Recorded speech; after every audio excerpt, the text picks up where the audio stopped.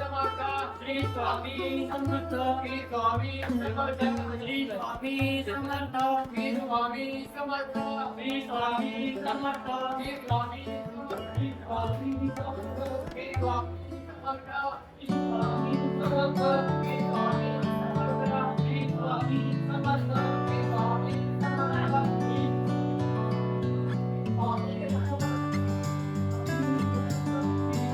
श्री स्वामी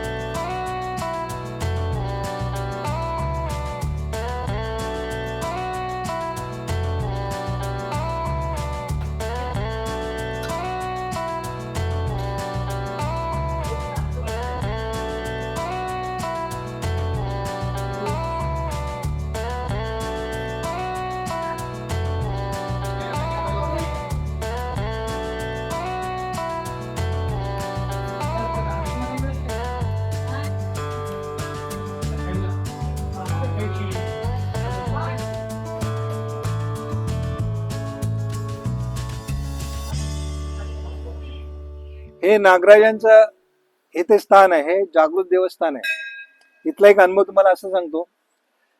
शिवलिंगावर अभिषेक झाला आणि त्याच्यानंतर अभिषेक झाल्यानंतर इथे अभिषेक झाला नागराजांचा.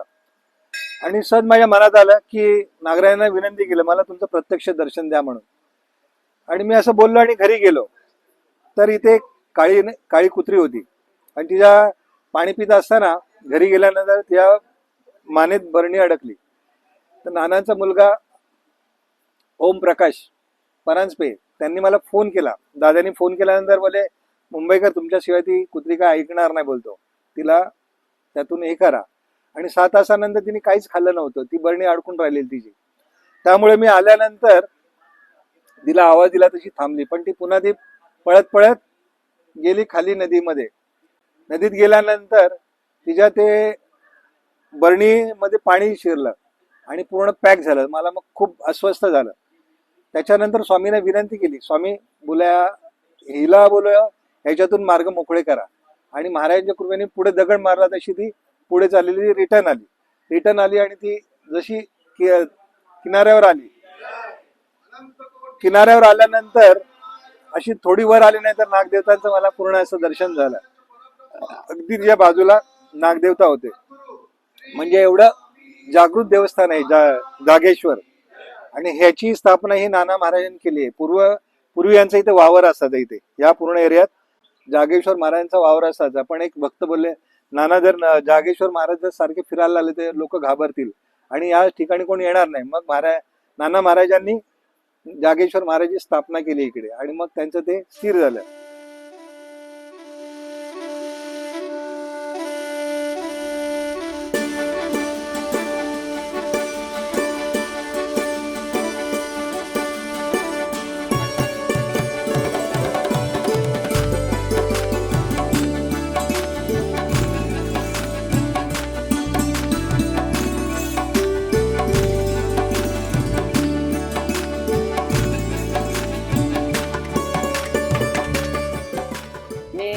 सुचित्रा सुरेंद्र समेळ.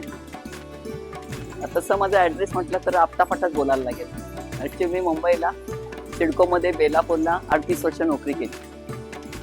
पण ह्या इथे येण्याचं कारण म्हणजे काय झालं, मी पालीला जाण्यासाठी म्हणून एक दिवस मी इथे स्टॉप घेतला, थांबले. म्हणजे इथे काय असावं का म्हणून पाहायला आले. तिथे जंगम पूर्वी गुरुजी होते. जंगम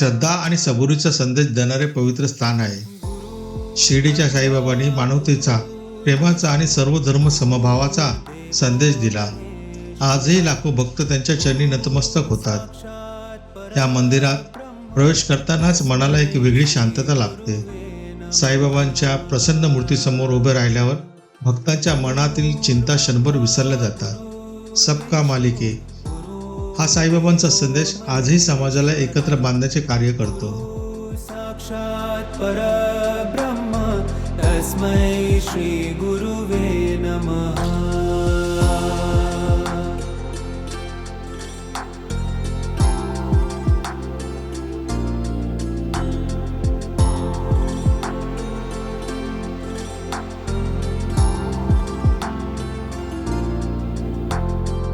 गुरुर्ब्रह्मा गुरुर्विष्णू गुरुर्देवो महेश्वरा. गुरु है साक्षात् परब्रह्मा तस्मै श्री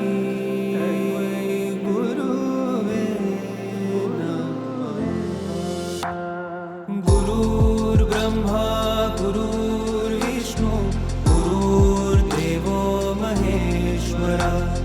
गुरु साक्षात् परब्रह्म तस्मै श्री गुरुवे नमः.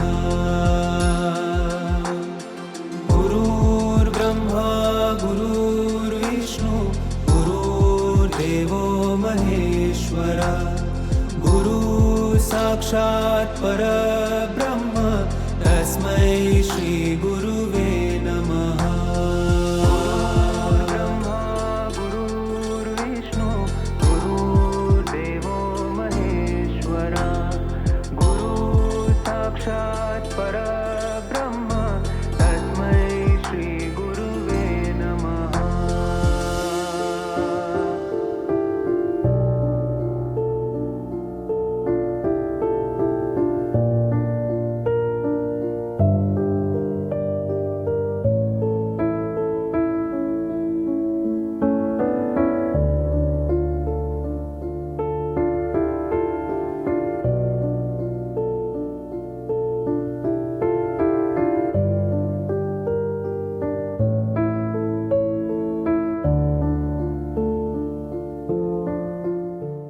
शेगावचे संत श्री गजानन महाराज हे महाराष्ट्रातील सर्वाधिक पूजनीय संतांपैकी एक मानले जातात.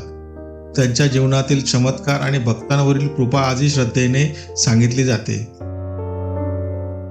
या मंदिरात भक्त मोठ्या श्रद्धेने दर्शन घेतात आणि गजानन महाराजांच्या कृपाशीर्वादाची प्रार्थना करतात. महाराजांनी दिलेली सेवा, साधना आणि सदाचाराचा संदेश आजही लाखो भक्तांना प्रेरणा देतो.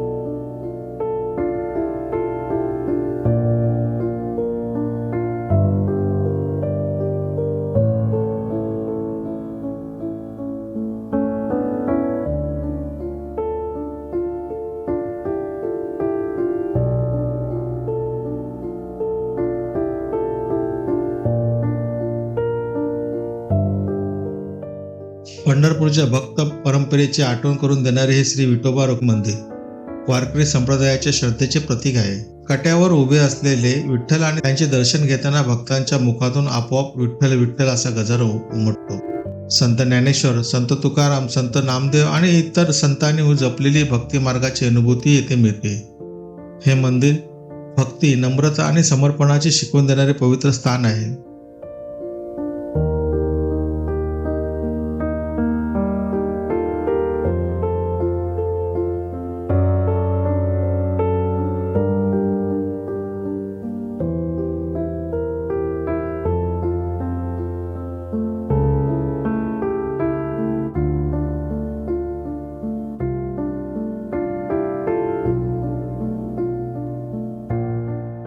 विश्वाचे संवारक आणि पुनर्निर्माते म्हणून ओळखले जाणारे भगवान महादेव यांचे हे मंदिर अत्यंत शांत आणि ध्यानमय वातावरण निर्माण करते. शिवलिंगाचे दर्शन घेताना भक्तांना अंतर्मनातील स्थैर्य आणि शांततेचा अनुभव येतो. ओम नमः शिवाय या मंत्राचा जप परिसरात सकारात्मक ऊर्जा निर्माण करतो. भगवान शिवांचे हे मंदिर तपस्या, त्याग आणि आत्मज्ञानाचे प्रतीक मानले जाते. आता पुढे हनुमंताचं मंदिर आहे. इकडे पाताळगंगा नदी आहे जी गगनगिरी महाराजांचं मठ आहे खोपोलीला, तिकडून वाहत असते. शक्ती, भक्ती आणि अखंड सेवाभावाचे प्रतीक असलेले श्री हनुमान मंदिर या परिसराचे आणखी एक आकर्षण आहे. भगवान श्रीरामांप्रती असलेली हनुमंताची निष्ठा आणि समर्पण आजही प्रत्येक भक्तासाठी प्रेरणादायी आहे. संकटमोचन हनुमानांच्या दर्शनासाठी अनेक भक्त येथे येतात आणि आपल्या जीवनातील अडचणी दूर करण्यासाठी प्रार्थना करतात. हनुमानाचे हे मंदिर श्रद्धा, धैर्य आणि आत्मविश्वास जागृत करणारे पवित्र स्थान आहे. आणि ही पाताळगंगा नदी आहे, हा, जी गगनगिरी महाराजांच्या मठाकडून वाहत असते.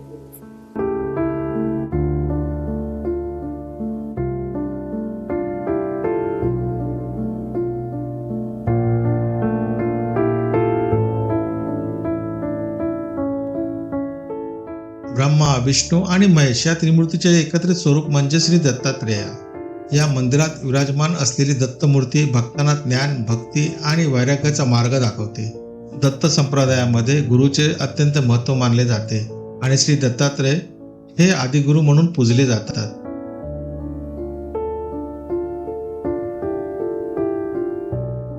भगवान श्रीकृष्ण हे प्रेम, ज्ञान आणि धर्माचे प्रतीक मानले जातात. या सुंदर मंदिरात विराजमान असलेल्या श्रीकृष्णाच्या मूर्तीचे दर्शन घेताना भक्तांना भगवद्गीतेतील अमूल्य संदेशाची आठवण होते.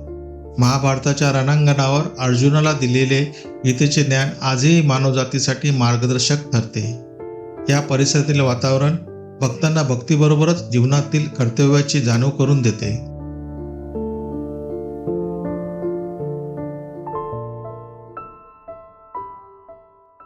आज आपण पाहिले एक मंदिर, एक मठ, एक आध्यात्मिक केंद्र, पण त्याहूनही मोठे काहीतरी, मानवतेची सेवा करणारे एक पवित्र कार्य. आजच्या धावपळीच्या जीवनात शांतता शोधणारा प्रत्येक जीव एका आश्रयस्थानाच्या शोधात असतो. कदाचित तो आश्रय या पवित्र भूमीत सापडू शकतो. येथे येणारा प्रत्येक भक्त केवळ दर्शन घेऊन जात नाही, तर तो सोबत घेऊन जातो स्वामी समर्थांचा आशीर्वाद, सेवेची प्रेरणा आणि नव्या जीवनाची सकारात्मक ऊर्जा. श्री स्वामी समर्थ महाराजांचे एक वचन आजही लाखो भक्तांना आधार देते. भिवू नकोस, मी तुझ्या पाठीशी आहे. याच विश्वासाने, याच श्रद्धेने आणि याच भक्तिभावाने आपणही श्री स्वामी चरणी नतमस्तक होऊया.